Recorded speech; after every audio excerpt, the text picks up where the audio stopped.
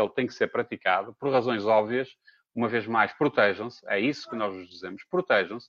O Brasil está mais atrasado, ainda bem, nesta fase, protejam-se, que é para o vírus não avançar. E eu vou falar sobre aquilo que são as implicações ao nível do sistema do turismo. E, portanto, aquilo que nós sabemos é o seguinte, eu vou utilizar muitas vezes a palavra seguinte, que é para dar aqui uma informação para a Rose, que está atenta à apresentação, passar para o slide seguinte. Portanto, seguinte, ainda estamos no anterior. Muito bem. Esta apresentação tem 3 partes. Eu iria falar, numa primeira fase, do impacto da pandemia, o que é que a pandemia está a fazer neste momento.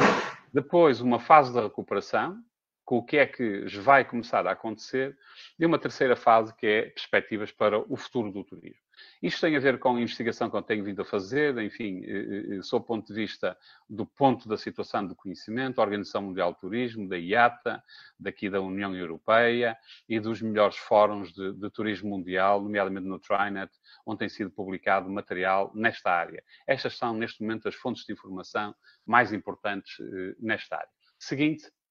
Eu queria mostrar-vos o seguinte. A Rose, pode passar? Ok? Primeira parte do impacto da pandemia. Seguinte. Queria-vos mostrar isto. Isto é o que está a acontecer no mundo. Vamos dizer que o mundo foi forçado a uma aterragem, vocês no Brasil dizem aterrissagem, a uma aterrissagem forçada. Isto que estamos aqui a ver é algo que era inimaginável. Há um mês atrás, 6 semanas, ninguém alguma vez imaginaria que isto seria possível. Todos os aviões da TAP estão no solo. O aeroporto está fechado, as fronteiras estão fechadas. Nós não estamos a viver um estado de guerra. É algo que vai para além disso. Porque nas guerras as pessoas movimentam-se. No caso da pandemia, toda a gente está parada. Isto são fotografias retiradas, aliás, das notícias que passaram aqui em Portugal ontem. Eu achei muita piada a estas fotos e vou-vos mostrando. Seguinte, isto são os aviões da TAP completamente imobilizados. Vejam, os reatores estão todos selados. E, seguinte, aquilo que acontece é que está tudo parado. Mas não é apenas no caso da TAP. Seguinte, temos também o caso, vejam, da Delta Airlines. Aqui o número de aviões é muito maior, está tudo parado. Reparem que não há muito tempo, há 6 semanas atrás, nós dizíamos que o turismo era o único setor da economia mundial que não tinha quebras de crescimento. E isto acontecia porque desde a Segunda Guerra Mundial o turismo foi sempre a crescer. O turismo nunca parou.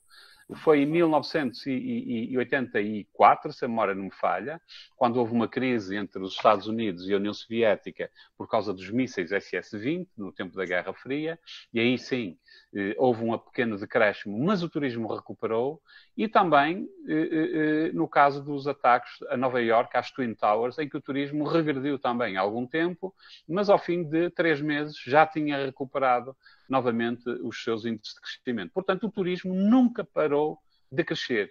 E agora não é abrandar de crescer. O turismo parou completamente. E o cenário não é um cenário nada promissor. Porque nós vamos ver durante esta apresentação, o turismo vai demorar muito tempo para recuperar. Seguinte, aquilo que nós observamos é que as receitas, do ponto de vista económico, a quebra das receitas que vão acontecer ascendem a entre 300 a 400 bilhões de dólares. 300 a 400 bilhões de dólares. Há um problema que é as pessoas têm que ter os microfones desligados, não se consegue ouvir. As quebras de receita são entre 300 a 400 bilhões de dólares. Portanto, a situação é, digamos assim, dramática em todo o mundo. Seguinte.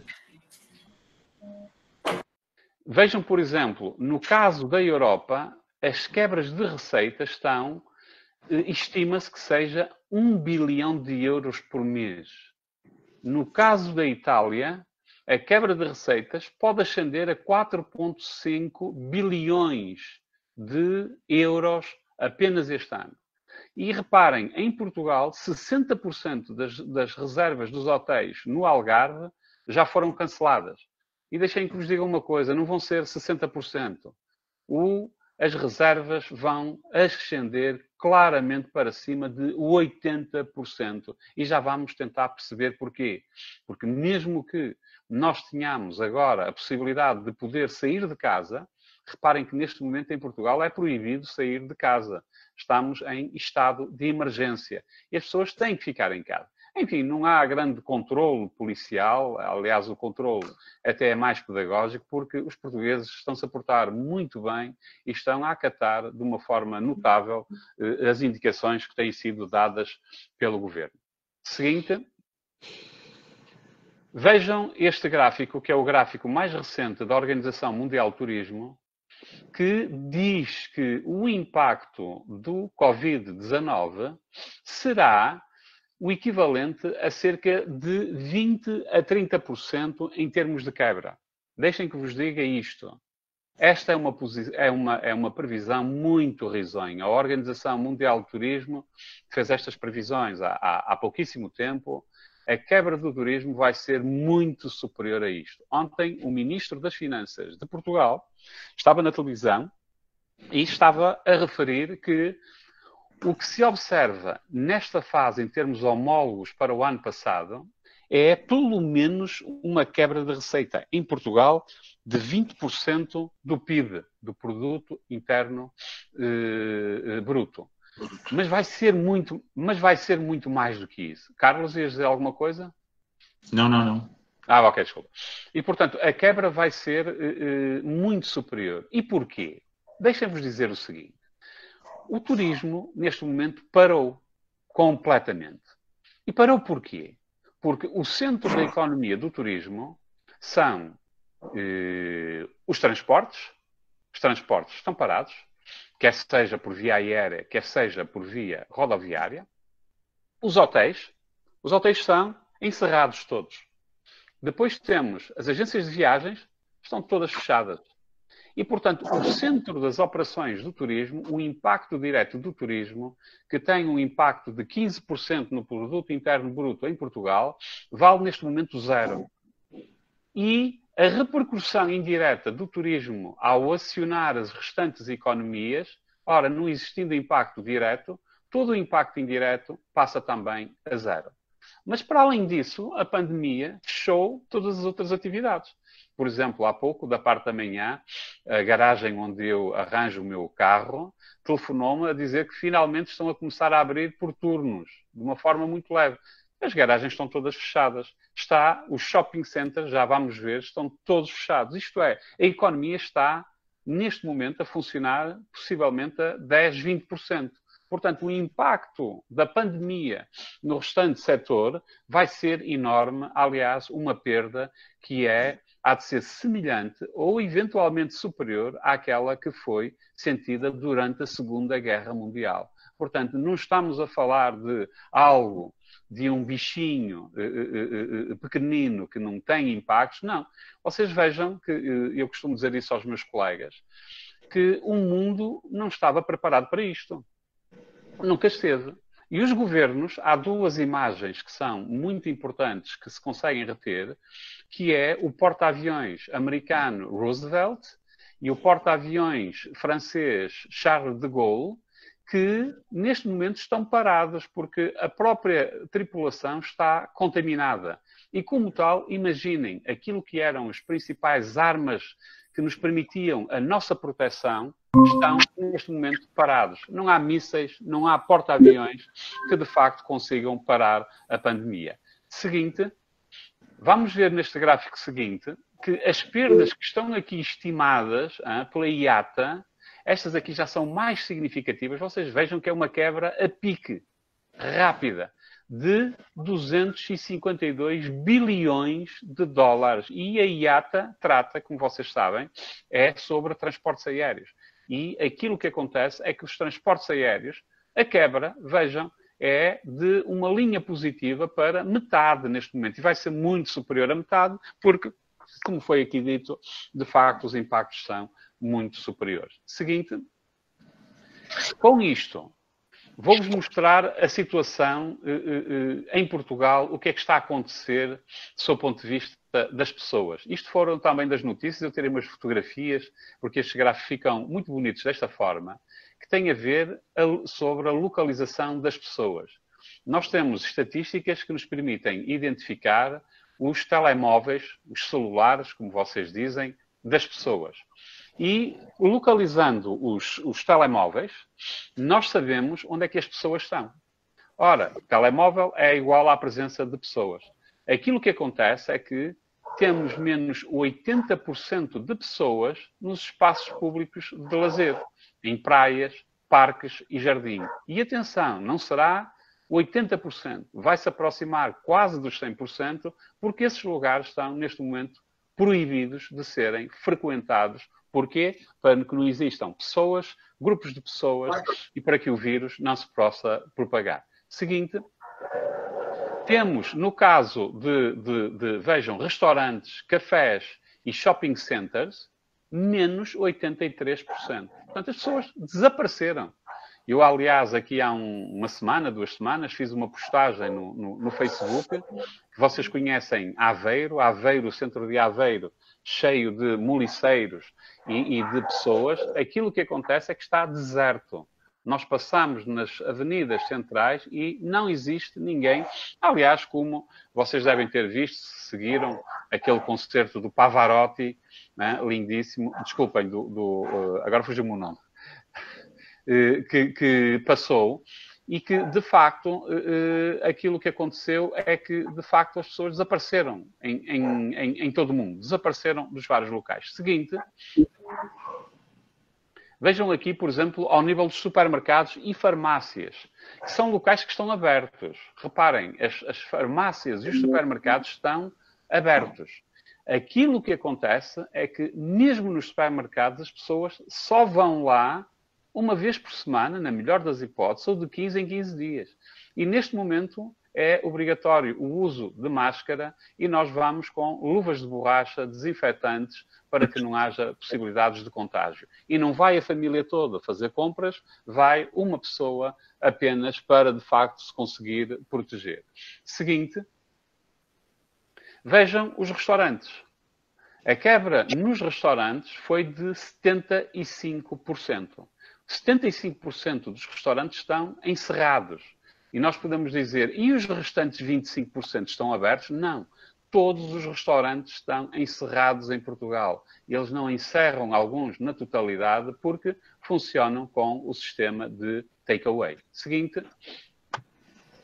Então, face a isto, nós temos uma situação dramática em que, de facto, a economia mundial está parada e o setor do turismo, esse tem que estar completamente imobilizado.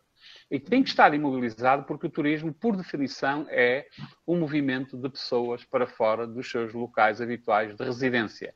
E, portanto, esta é a definição de turismo. Ora, o movimento suscita contacto, suscita contágio. E, como tal, neste momento, o objetivo é que as pessoas não se movimentem para que não exista contágio. Portanto, o turismo caiu direto, o turismo passou para zero. Seguinte, o que é que vai acontecer nesta situação? Nós temos uma situação em que, diz António Guterres, português, secretário-geral das Nações Unidas, que o problema do coronavírus é um problema global que requer respostas globais. Notem que o problema do Covid-19 não é um problema nosso individual, ou do nosso quintal, ou da nossa paróquia, da nossa cidade, da nossa região ou do nosso país. Não, é um problema do mundo inteiro. E, portanto, aquilo que, de facto, é fundamental é que existam respostas globais. E aquilo que o próprio secretário-geral das Nações Unidas diz é, ouçam, como é que o secretário-geral das Nações, da Organização Mundial do Turismo, desculpa, diz, fiquem em casa hoje para podermos viajar amanhã. Portanto, o secretário-geral da Organização Mundial do Turismo a dizer para as pessoas não viajarem. Uma vez mais, porquê? Porque viagem significa contacto, significa movimento, e neste momento não se quer que haja movimento. Seguinte, nesta situação,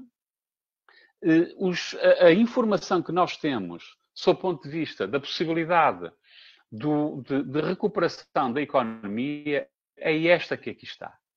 Nós vamos ter, isto são projeções realizadas por um grupo, que é o Hostel Tour, em que diz o seguinte, gráfico de cima, a França pode vir a recuperar daqui a alguns meses, mas é sair do zero. Sair do zero, passar do zero, porque neste momento afundou.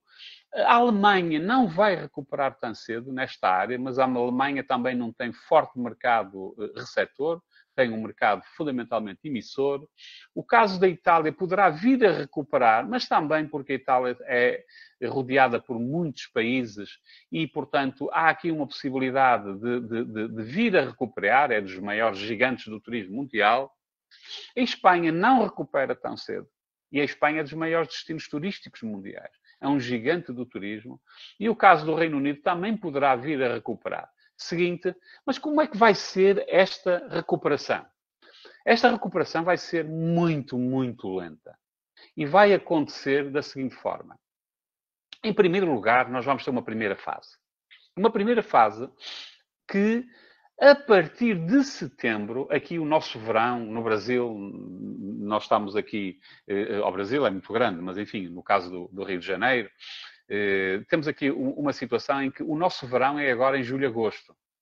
E, portanto, aquilo que vai acontecer é que a nossa época alta, o nosso Eldorado do turismo, está definitivamente comprometido. Não vamos ter turismo em Portugal este ano. Ainda por cima, começámos com o coronavírus em março. Até essa altura foi época baixa, tínhamos poucos turistas. Agora, até ao final da época alta, até setembro, não vamos ter turismo, obviamente, pouco turismo, e só a partir de setembro é que nós passaremos a ter uma fase de recuperação. E de que forma? De uma forma ainda muito leve. Aquilo que vai acontecer, mentalizem-se disto, é que nós tínhamos áreas de turismo de massa, nomeadamente no caso do Algarve, de Lisboa, de vários locais, em que as pessoas, quando acabar esta fase da pandemia, as pessoas ainda vão estar debaixo do trauma de estarem longe e não se aproximarem umas das outras. Portanto, os aeroportos vão ser locais proibidos. Ninguém vai querer entrar num aeroporto em setembro até ao Natal. Esqueçam, até dezembro o turismo será apenas um turismo de proximidade, um turismo doméstico. Isso, e as pessoas vão se deslocar claramente para aquilo que são áreas de menor dimensão e de menor impacto.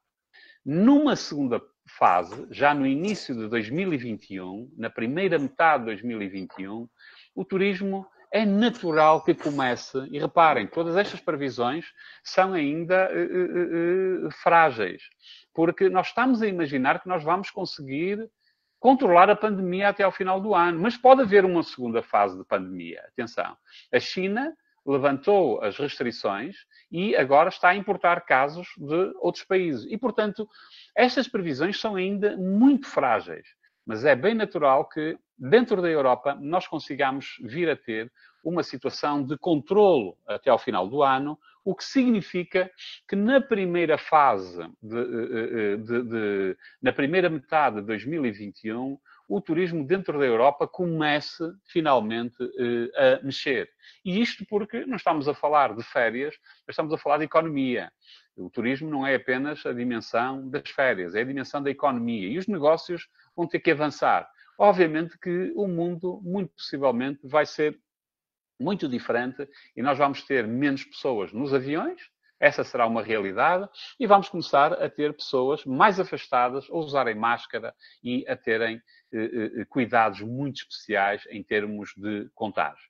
O turismo de longa distância dentro deste quadro que é possível definir, só conseguirá ser retomado gradualmente na segunda metade de 2021. E mesmo assim, uma vez mais, veremos como é que isto irá acontecer. Seguinte, então, como preparar o futuro? Eu vou entrar na parte final desta apresentação e deixem-me dizer o seguinte.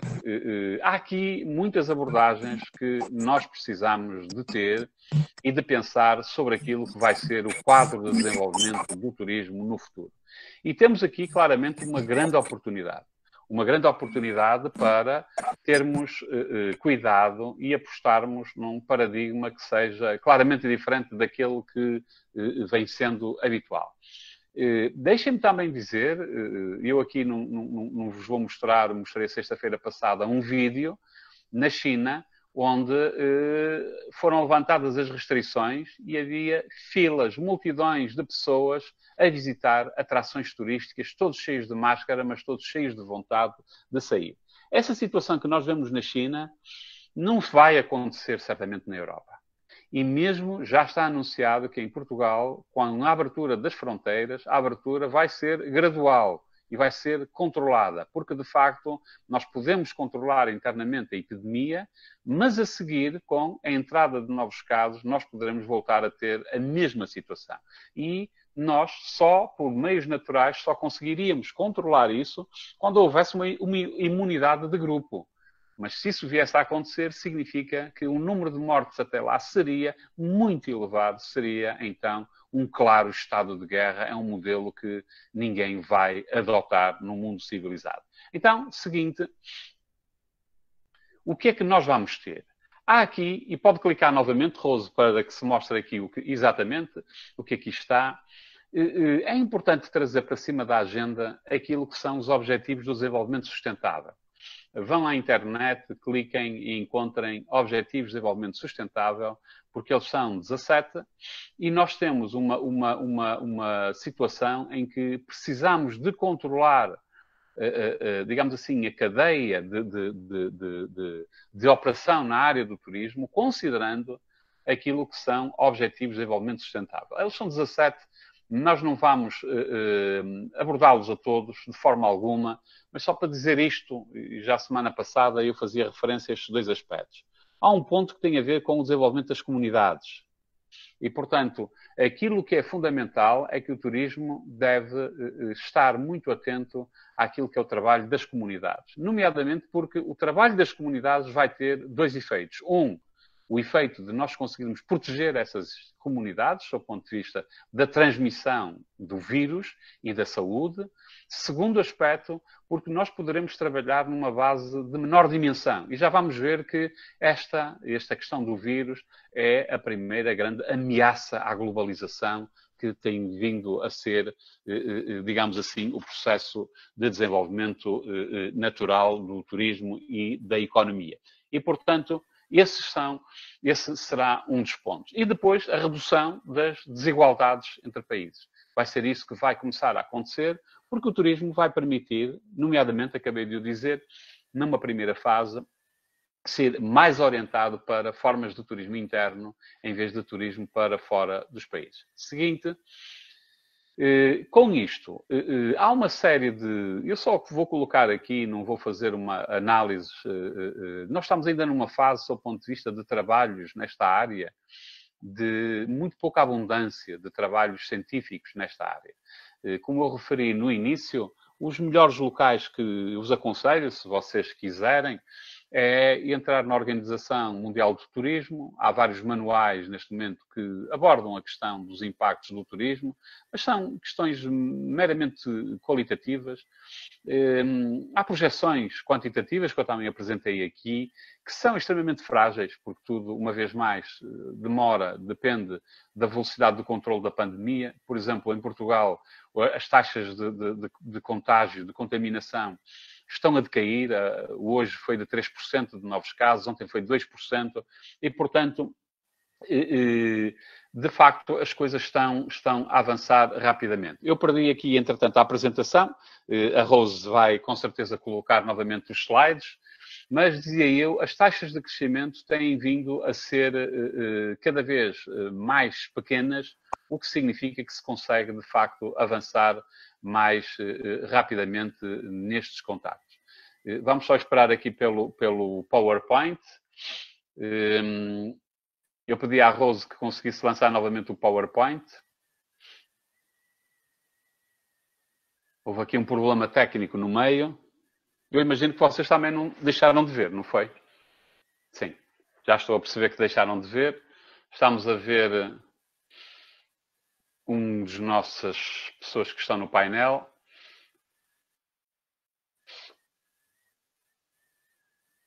Ok. Agradeço ao Celso Brito que diz que realmente sumiu a apresentação. Isto é uma das coisas bonitas. Todos nós conseguimos cooperar este novo mundo. Há aqui grandes problemas, mas deixem-vos dizer, há pouco, enquanto fazemos aqui este contratempo para esperar que o PowerPoint volte novamente, o professor Carlos Lidízia perguntava-me como é que nós nos estamos a adaptar em Portugal. E aquilo que está a acontecer é que nós temos vindo a dar aulas sempre pelos computadores, através de outras plataformas. Até estamos a utilizar mais o Zoom, que é uma outra plataforma. Obrigado, já estamos novamente no PowerPoint. Mas dizia eu, estamos a conseguir e aquilo que acontece é que, bom, na Europa a tecnologia funciona bem. Nós fizemos um levantamento de quem eram os nossos alunos que tinham problemas e só no nosso departamento com 1.500 alunos só detectámos 5 casos que as pessoas têm uma internet mais lenta ou não tinham um computador. E, portanto, são casos residuais. E uma coisa muito interessante que está a acontecer é que os alunos dizem que gostam até das aulas pelo computador. Portanto, obviamente que as aulas presenciais são mais interessantes, são mais discutidas, mas aquilo também que acontece é que as pessoas, pelo computador, conseguem fazer uma melhor gestão dos tempos. Mas vamos voltar aqui novamente ao PowerPoint. Fazia-vos referência, a informação que existe é pouca, está dispersa por vários locais e aquilo... Estamos outra vez com um problema que o PowerPoint está a desaparecer. Aquilo que eu penso que são as pessoas que estão a entrar... Nós estamos todos a aprender com a tecnologia. As pessoas que estão a entrar estão a colocar informação, também estão a testar e sobrepõe-se à informação que a Rose está a colocar. Mas dizia eu que as pessoas estão a gostar de estar a trabalhar a partir de casa porque conseguem gerir melhor o tempo. Obviamente que as aulas presenciais são muito mais importantes, sem dúvida alguma, mas de facto nós o que vamos também tendo é que depois desta situação acho que as nossas aulas vão ser diferentes. Nós vamos passar a ter, sem dúvida alguma, aulas presenciais, mas também aulas com a utilização destas ferramentas. Então, depois disto, dizia, há uma série de pontos, sob o ponto de vista de estratégia e ação, que são apresentados. Este há um grupo, não sei se vocês estão, que é o TriNet, é um grupo na internet, é o maior grupo de discussão mundial da área do turismo, onde têm vindo a ser preparados alguns documentos. E os documentos que os académicos têm vindo a fazer referência dizem respeito a isto. É elaborar planos de recuperação, fazer estudos de mercado, criar novas marcas, diversificar mercados, trabalhar de perto com os agentes e criar redes e parcerias. Seguinte, nesse sentido, há quem argumente, e eu acho que é extremamente interessante, eu fiz aqui a citação do Alan Liu, um bom académico da área do turismo, que diz que a pandemia pode nos tornar menos dependente da globalização e do consumo de massas. E, por isso, tornar o turismo mais sustentável e até mais comunitário. Essa é uma realidade. Pelo menos, obviamente que, deixem também que vos diga isto, esqueçam aqueles que pensam que vai haver uma alteração radical de paradigma. Esqueçam. E isto porquê? Porque os aviões estão nos aeroportos. Os hotéis não desapareceram. Os restaurantes estão à nossa espera. E, portanto, assim que a pandemia começar a passar, toda a infraestrutura da área do turismo vai regressar em força. E, portanto, a pressão do lado da economia vai ser enorme. Obviamente que os consumidores vão estar mais alertados para os problemas que existem, mas a pressão da área da economia vai ser enorme e, portanto, a força do turismo vai voltar. Mas nós temos aqui uma janela de oportunidade, porque começamos a perceber, nomeadamente, vocês vejam, mesmo aqui em Aveiro nós vemos isso, que os índices, os níveis de poluição são cada vez menores. E é tão bonito ver uma paisagem que não tem fumos, que não tem smog. Quanto mais, vejam na China, na Praça Tiananmen, em Pequim, em Xangai, na Índia, a 300 quilómetros de distância, começaram, ao fim de 40 anos, a ver os Himalaias. Já não viam os Himalaias há 40 anos. Porquê? Porque a nuvem de poluição era enorme e não permitia. Portanto, há aqui uma janela de oportunidade que se abre. Seguinte, nesse sentido, eu vou-vos apresentar só mais 2 slides. Este é um modelo que eu publiquei antes de aparecer a pandemia, foi em janeiro. Chama-se Como é que se deve estar um destino de sucesso. E em janeiro eu publiquei isto, que foi anterior à pandemia e que se aplica lindamente àquilo que está a acontecer devido à pandemia. Aquilo que eu já argumento há uma série de anos, nos livros, nos artigos que tenho vindo a publicar, é que não tenham dúvidas que o turismo tem uma força na economia que é fundamental. Ninguém vai parar o turismo pelo lado da economia, esqueçam. E o mundo tem sido isso.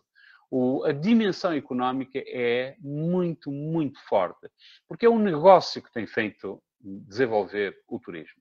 No entanto, o turismo tem cometido erros gravíssimos. E os erros significa que estão no facto de não se conseguir ligar a dimensão económica à sua sustentabilidade territorial. E é isso que está aqui neste modelo. Na parte de cima, nós dizemos é preciso olhar para a economia e para a gestão e ligá-lo àquilo que está na base, que é para o planeamento territorial. Portanto, os destinos de sucesso no futuro, em primeiro lugar, vão ter que começar a criar novas economias. E estas novas economias são aquilo que está no topo, tem a ver com economias de redes e de itinerários. Nós não basta atrair turistas para os locais. Nós temos que ter capacidade de criar riqueza e fazer com que eles se liguem uns aos outros e se liguem à própria comunidade. E para isso temos que olhar para aquilo que é a capacidade de desenvolvimento, capacity development dos locais. Se não olharmos para isso, então o turismo não será suficientemente forte. Na dimensão territorial, na parte de baixo, está aquilo que tem a ver com a dimensão, ou outra dimensão que nós precisamos. Isto é, para além da dimensão da economia, que está na parte de cima do modelo, nós temos que olhar para a parte de baixo, para a dimensão territorial, para se fazer uma boa gestão e um bom planeamento do setor do turismo. Nós vamos esperar que o gráfico volte, mas vocês, entretanto, é apenas esse gráfico e mais um outro slide que eu vou mostrar de seguida e depois vou dar por concluída a minha apresentação. Novamente, esse modelo é o modelo que nos vai conduzir àquilo que é o destino de sucesso. A informação está lá colocada, vocês conseguem aceder a este modelo, porque o modelo está publicado na Tourism Review, que foi um número especial. Este modelo e este artigo é muito pequenino, tem cerca de 4 páginas, porque se trata de uma edição especial que foi lançada pela Tourism Review, porque é a revista mais antiga da área do turismo ao nível mundial. Por acaso não é a mais antiga, é a segunda mais antiga, que a primeira é uma iraniana, por sinal. Mas é a segunda mais antiga ao nível mundial, a mais antiga nos países anglo-saxónicos. E, de facto, essa revista celebrou agora os seus 75 anos. Estão a perguntar qual é que é a revista? É a revista Tourism Review, que é editada pelo professor Dimitris Buhalis. Eu também tenho muito gosto em ser um das pessoas que está associada a essa revista. O outro gráfico que falta mostrar, se entretanto ainda conseguirmos de facto que ela apareça, o gráfico, tem a ver com redes. É algo que eu tenho mostrado, aliás, nas apresentações que já fiz aí no Brasil, aquilo que é fundamental que apareça é que nós trabalhemos naquilo que tem a ver com redes e organizações. As redes, nós precisamos saber quem são os diferentes elementos que estão dentro de uma rede. E este trabalho de rede é identificar atores, são pessoas, são organizações, e depois fazer com que eles cheguem a um equilíbrio. É a tal dimensão do turismo sustentável. Esta é uma área que nós temos vindo a publicar muito aqui em Portugal.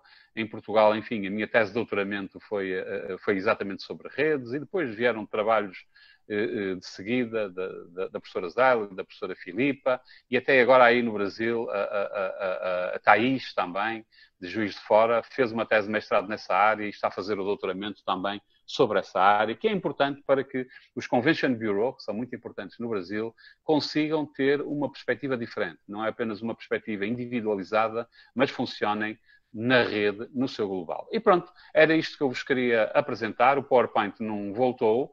Depois nós podemos fazer, eu posso pedir ao professor Carlos Lidízia que coloque o PowerPoint num PDF e as pessoas, se quiserem, podem ter acesso, que não há problema que tenham acesso a esta informação. Muito obrigado a todos e dou a palavra agora ao professor Lidízia e ao professor Aguinaldo para continuar esta sessão. Depois, na parte das perguntas e respostas, tenho muito gosto em participar. Muito obrigado a todos.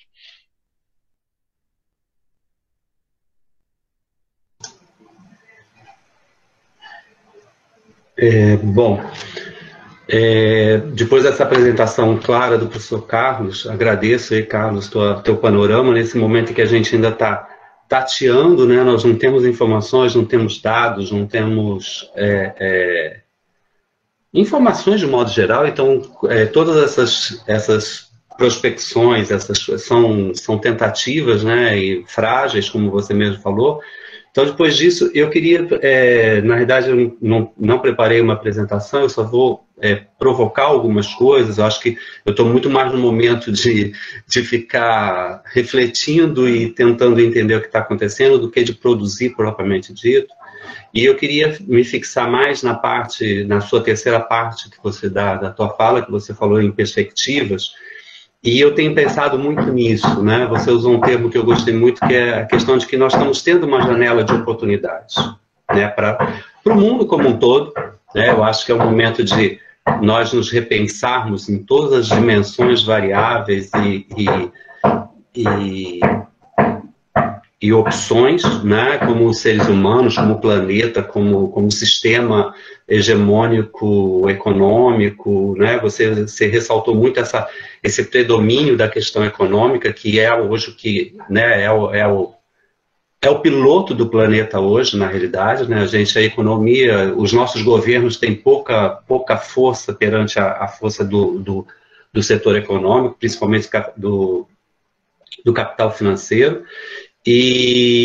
Mas talvez seja esse momento, talvez seja essa janela de oportunidade da gente rever isso, né? E eu, particularmente, eu tenho lido algumas coisas, conversado com algumas pessoas nessa quarentena forçada sobre essa questão das oportunidades e sobre algumas questões bem específicas, né? Algumas o Carlos até colocou, né?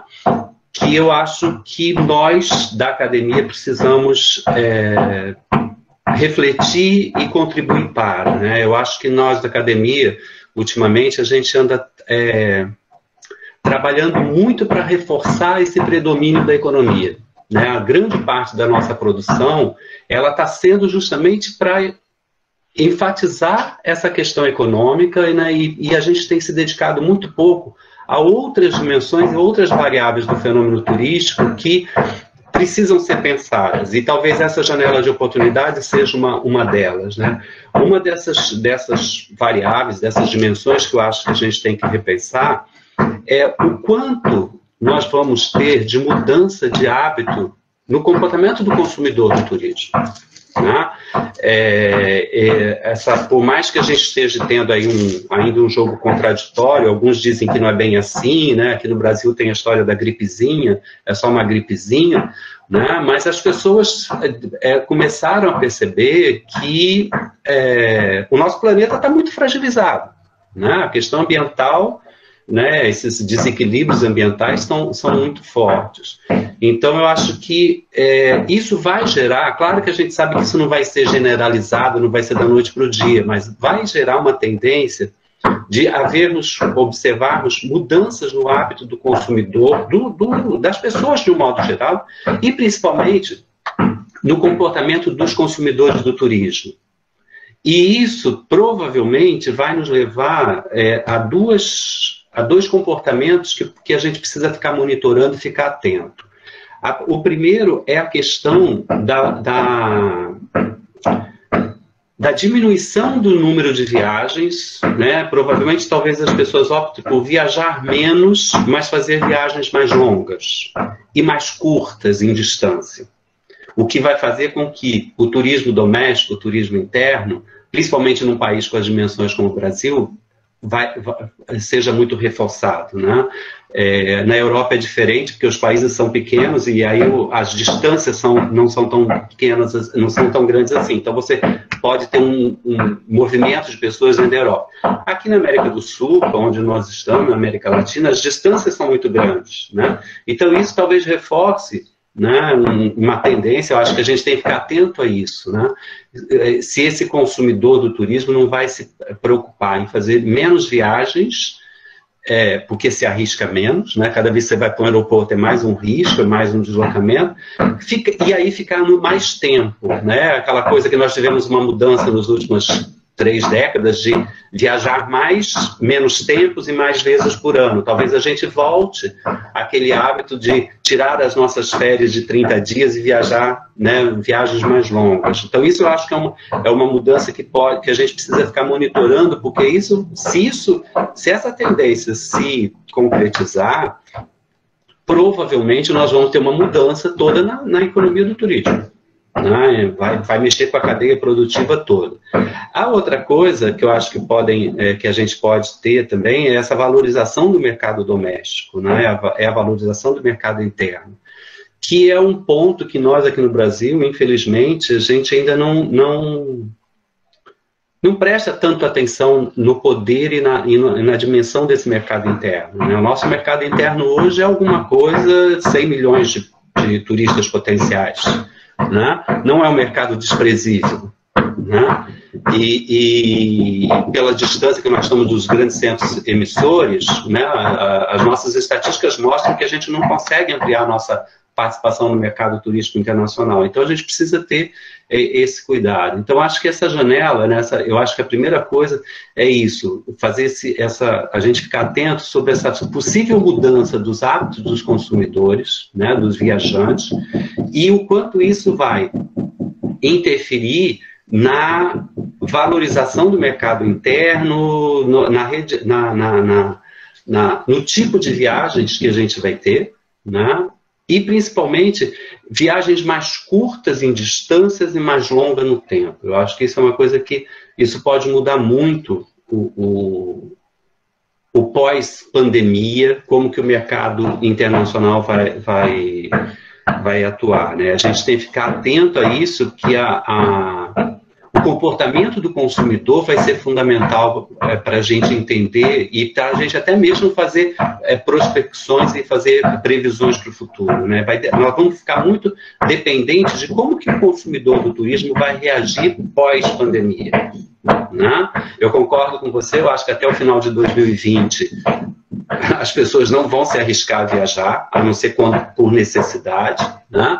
Então a gente deve ter aí um ano de 2020 bastante de aeroporto vazio, né? E depois as pessoas vão naturalmente retomar os seus hábitos de viagem, mas aí já com essa mudança de hábito, mudança de costumes, né? de se arriscar menos, né? E buscar talvez experiências mais gratificantes, né? Aquela coisa de você, não quantidade de viagem, mas sim qualidade de viagem.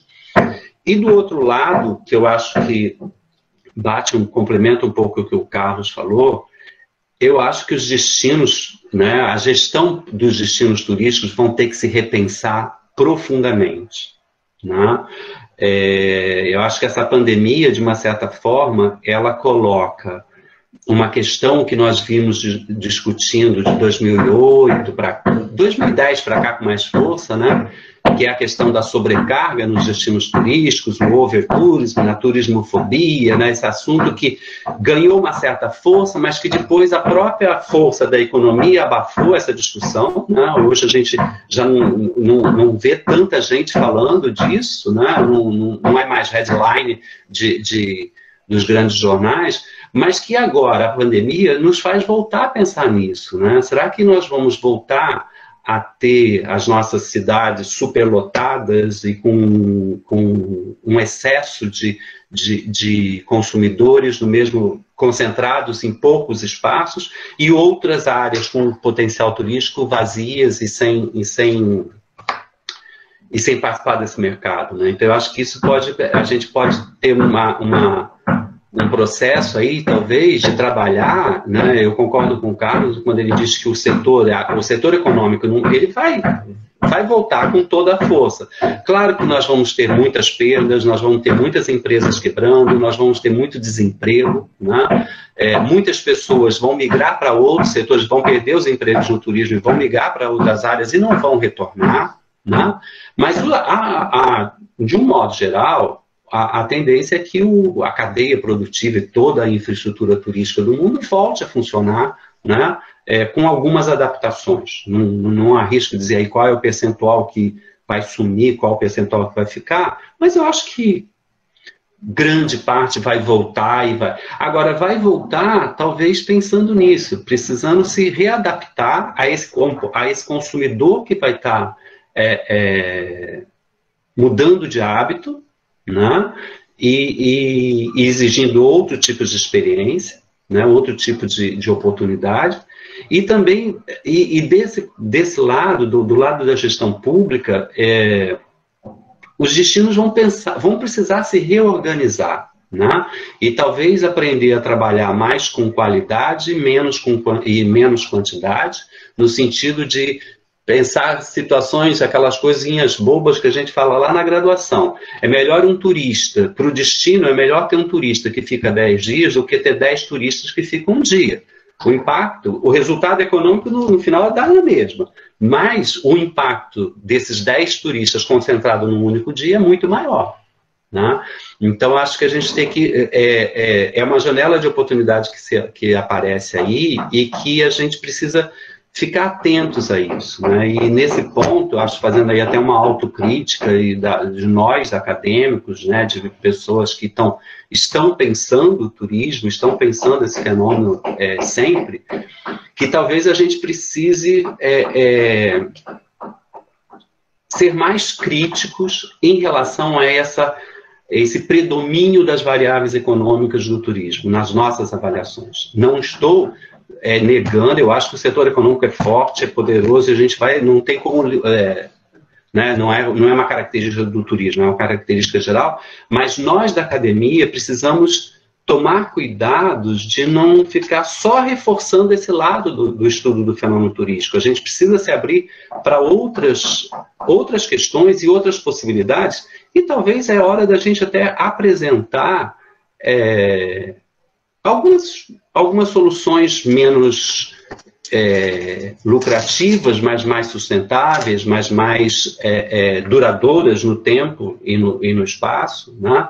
Então, eu acho que a gente precisa ter essa massa crítica, né? E eu acho que é hora da gente voltar a repensar umas coisas que aqui no Brasil foi uma discussão muito, até mesmo em termos de gestão pública, na década de 90, que são aqueles conceitos de turismo de base local, de turismo comunitário, de redes de cooperação, essas redes de comunitárias em que a gente tem alguns exemplos aqui na América do Sul, né, em que a gente possa continuar tendo um turismo forte, mas um turismo que trabalhe na direção desses objetivos do desenvolvimento sustentável que a gente tanto, né, tem na teoria, mas que a gente acaba que na prática a gente não consegue chegar lá, né? Então, eu acho que deixar aí, dar um espaço para mais provocando o Carlos do que outra coisa, né? Até que ponto você entende que isso seja, que a gente vai ter essa janela de oportunidade, e essa janela de oportunidade pode abrir para essas perspectivas de termos uma reestruturação do setor turístico, não do ponto de vista, não a partir do setor econômico, mas a partir da mudança de hábitos dos consumidores do próprio comportamento das pessoas de um modo geral. Muito obrigado. Não sei se posso responder, comentar. Aguinaldo, em primeiro lugar, é sempre um prazer estar aqui e estar a fazer um diálogo contigo, que és uma das pessoas profundamente conhecedoras do setor do turismo e de abordagens que estão para além da economia. Deixem-me dizer o seguinte, eu tenho uma tendência para fazer uma abordagem mais da área da economia e da gestão, porque eu trabalho nessa área. Portanto, eu sou de um departamento de Economia e Gestão. O turismo é uma plataforma, é um ponto de encontro de várias áreas. E, obviamente, que é fundamental que diferentes escolas deem diferentes contributos. E, portanto, o contributo que eu estou a dar é mais nessa área, mas quando nós abordamos a dimensão económica, nós abordámos-la com os pés assentes na terra. E chamando a atenção, quer seja para aquilo que é o motor de desenvolvimento do setor, que, de facto, a economia e a gestão têm sido centrais, mas que podem conduzir à sua insustentabilidade. Não apenas ambiental, mas também económica. Deixem-me dar este exemplo, por exemplo. Na década de 80, nos anos 80, quando se falava das questões ambientais, as questões ambientais eram típicas, eram oriundas de determinados grupos de pessoas. Em Portugal até lhes chamavam os melancias, porque diziam que as pessoas da área do ambiente eram os melancias, porque diziam que eles eram verdes por fora, mas eram vermelhos por dentro, isto é, eram comunistas. E, portanto, associava-se a dimensão à dimensão de partidos políticos. Durante a década de 90, chegou-se à conclusão que, obviamente, a sustentabilidade ambiental era fundamental, porque a insustentabilidade ambiental trazia problemas à própria economia. E reparem uma coisa, aquilo que começou a acontecer, de uma forma, dou-vos o caso, por exemplo, de Portugal, nós tínhamos um dos rios, que é o Rio Ave, localizado no norte de Portugal, passou de ser um dos rios que era menos poluído de toda a Europa e rapidamente, devido ao aparecimento da indústria têxtil e das tinturarias, tornou-se num dos rios mais poluídos de toda a Europa. E o que é que começou a acontecer? O que começou a acontecer foi que as próprias empresas precisavam de retirar água do rio para funcionar. Ora, o que é que acontecia? Acontecia que elas depois descarregavam os efluentes dentro do próprio rio.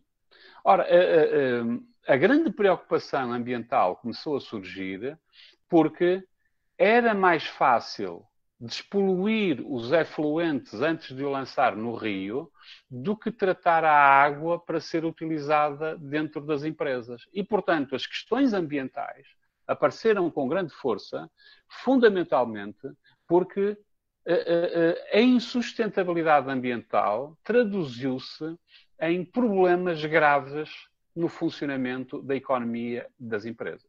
Reparem também o que está a acontecer neste momento com a situação do coronavírus. Eu não sei se vocês já começaram a refletir bem sobre o que é que está a passar. Por que é que existe esta situação e esta pandemia? Esta pandemia é muito simples de explicar. Porque o homem, a pessoa, para poder sobreviver, tem que respeitar equilíbrios ecológicos. Se desrespeitar os equilíbrios ecológicos, ela fica numa situação de problema. Reparem, nós aprendemos nas escolas, desde cedo, que existe uma pirâmide que nós chamamos de as cadeias tróficas. Ora, aquilo que acontece é que nós temos na base os herbívoros e depois, por aí fora, vamos tendo os roedores e depois em cima temos os carnívoros. Ora, nesta cadeia, o homem não tem problemas porque ao longo de milhares, milhões de anos, os organismos adaptaram-se e conseguem absorver os alimentos e os vírus que estão dentro da cadeia alimentar. O problema causado por esta pandemia é que na China tem-se vindo a avançar naquilo que é o consumo de animais selvagens. E, portanto, os animais, se vocês, por acaso, já foram à China ou não, eu já lá fui várias vezes, uma das coisas que é normal é isto. Nós vamos a um restaurante e o restaurante funciona, mas atrás existe uma praça onde estão os animais que nós podemos escolher. E nós vamos e escolhemos o animal que queremos comer. E ele ainda está vivo. E eles vão lá, matam os animais em condições que são horríveis, sob o ponto de vista de sofrimento dos próprios animais, e cozinham-nos naquele momento. Mas se nós estivermos a comer uma galinha, um pato, um peru, isso faz parte da nossa cadeia alimentar. O problema é que os chineses estão a comer morcegos, pangolins, etc., que é vida selvagem. E o nosso organismo não está preparado para os vírus que estão nesta cadeia. E, portanto, neste momento, nós ultrapassamos os equilíbrios ecológicos. E estamos a alimentar e a expor a vírus que nunca foram experimentados pelo organismo. Daí nós não termos defesas para esta pandemia. Uma vez mais, porquê? Porque a insustentabilidade ambiental, o facto de nós querermos dominar o mundo todo, aquilo que acontece é que o mundo natural está a colocar o homem na posição certa, que é empurrá-lo para as suas cadeias alimentares. É este o problema que está. E, portanto, quando nós estamos aqui a defender esta dimensão, que é uma dimensão, obviamente, de economia, etc., o mundo funciona nisso, nós dizemos uma coisa: esta economia tem que ter sustentabilidade ambiental, tem que ter sustentabilidade social e, senão, ela entra, como está a acontecer com o coronavírus, entra em colapso. Reparem, nós temos o coronavírus, mas temos outras pressões que há muito existem, que são da área do Aguinaldo e de muitos outros colegas, que são o overtourism, por exemplo, o excesso de turismo em determinados locais. E isso causa pressões enormes, sob o ponto de vista psíquico, psicológico, emocional. E, portanto, nós estamos fora do campo, aí trabalhamos também debaixo da pressão e fora daquilo que é o ambiente natural que o mundo deve viver. Portanto, respondendo objetivamente àquilo que o Aguinaldo está a fazer referência, é fundamental que estas diferentes áreas venham a conviver e a serem trazidas. Nós aqui dizemos sempre, nós trabalhamos na área da economia, mas nós não trabalhamos na estratosfera. Nós trabalhamos no planeta Terra. O modelo que eu apresentei ali tem no topo a dimensão da economia, mas tem na base a dimensão territorial. E o território são os ecossistemas físicos, sociais, ambientais que têm que ser preservados. Se nós não encaixarmos estes dois níveis, o turismo, obviamente, não pode existir e entra em colapso, como neste momento está a entrar em colapso. Deixem-me fazer referência, até fazer publicidade, não tenho participação nem nestas coisas, mas o trabalho que é feito na UF é um trabalho excelente nesta área. A UF faz um trabalho muito importante nesta área, a vários níveis, com vários colegas. Deixem-me também fazer referência a um outro encontro. Foi dos primeiros que eu fui, primeira vez que eu fui ao Brasil, segunda vez. Ali ao lado da Bahia, mais a sul, está-me a fugir o nome. Sei que é a terra onde era filmada Gabriela Cravo e Canela, agora fugiu-me o nome. E em que aí foi realizado, e é realizado anualmente, no Brasil, um encontro que é o Encontro Nacional de Turismo de Base Local, em Ilhéus. Estão aqui a dizer exatamente Ilhéus.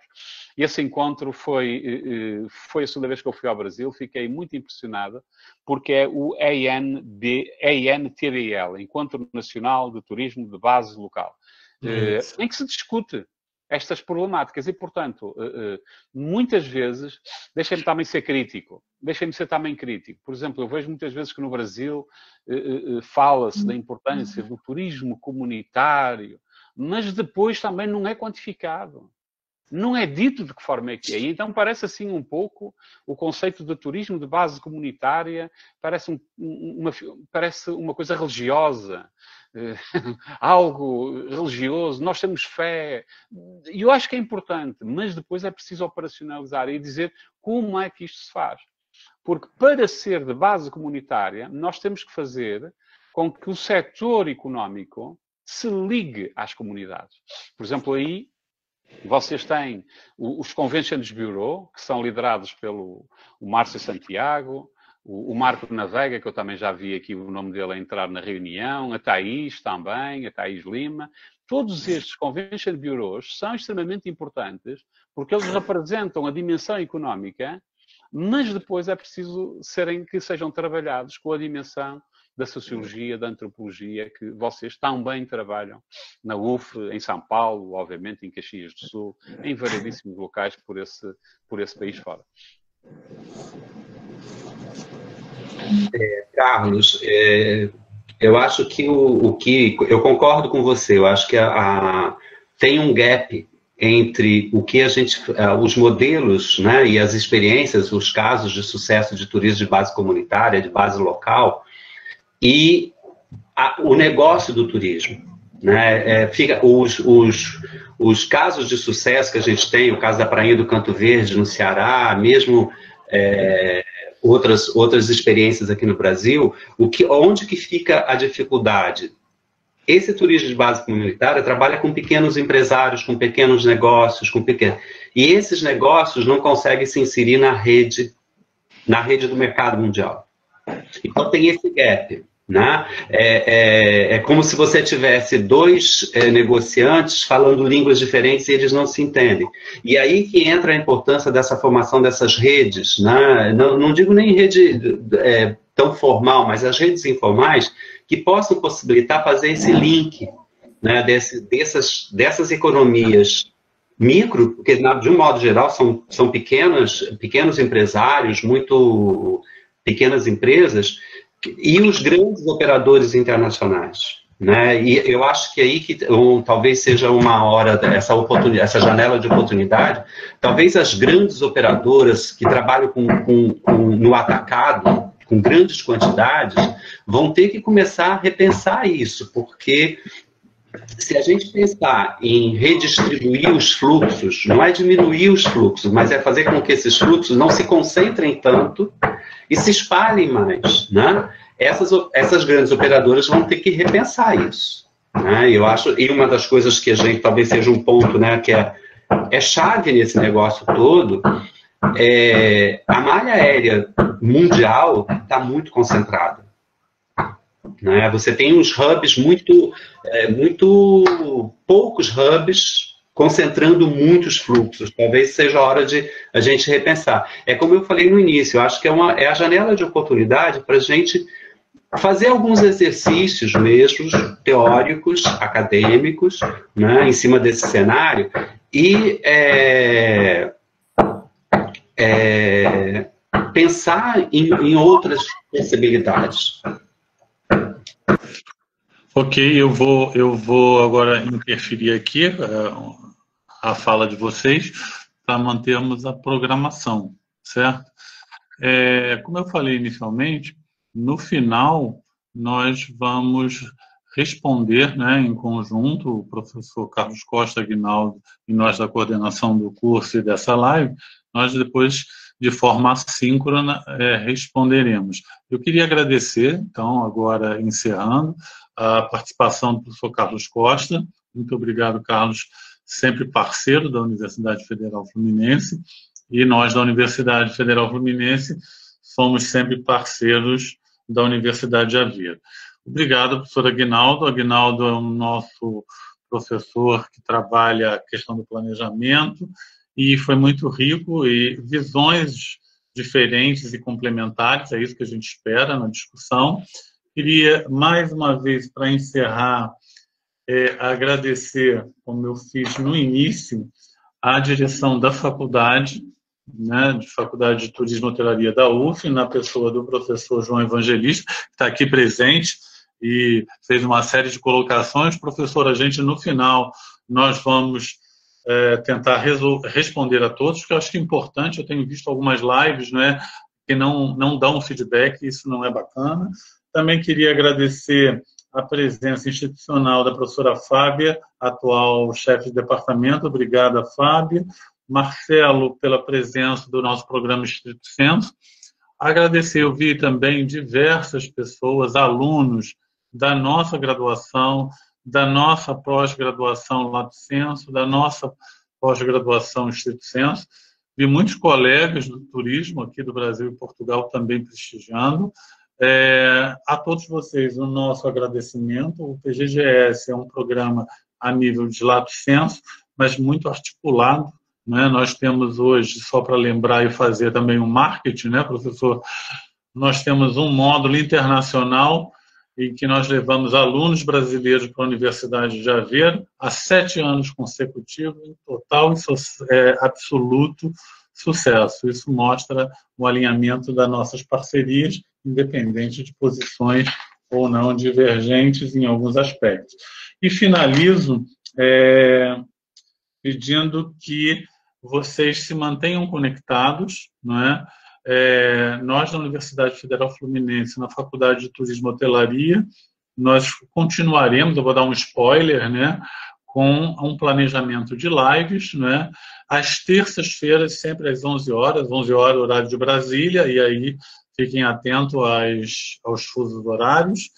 E eu já vou dar um spoiler, né? Com a professora Fábia Trentin, nós vamos dar continuidade também nessa discussão um pouco mais ampla, no sentido de como as políticas públicas, né, poderão viabilizar soluções e dar amparo a esses cenários que foram pontuados aqui. Mais uma vez, obrigado, Carlos, Aguinaldo, obrigado a todos, e um agradecimento especial à minha equipe maravilhosa, extremamente competente e que me faz sempre desafios, né? Essa live ela teve uma ferramenta, né, o Google Meet, que foi um desafio, né, Carlos e Aguinaldo, né? Os barulhos, as variáveis externas, algumas difíceis de falar, mas é isso, né? Começou exatamente há 10 minutos. Exatamente, né? O Aguinaldo com uma obra no apartamento de cima, enfim, uma série de variáveis, mas é isso. Nós estamos nos adequando a uma nova realidade. E esse é o nosso papel, como professores, acadêmicos e pesquisadores, nos conectarmos. Obrigado a todos. Na próxima terça-feira vamos ter mais uma live nesse mesmo horário. Um grande abraço. Obrigado, foi um prazer. Se cuidem. Obrigado. Muito obrigado. Foi um prazer. Obrigado.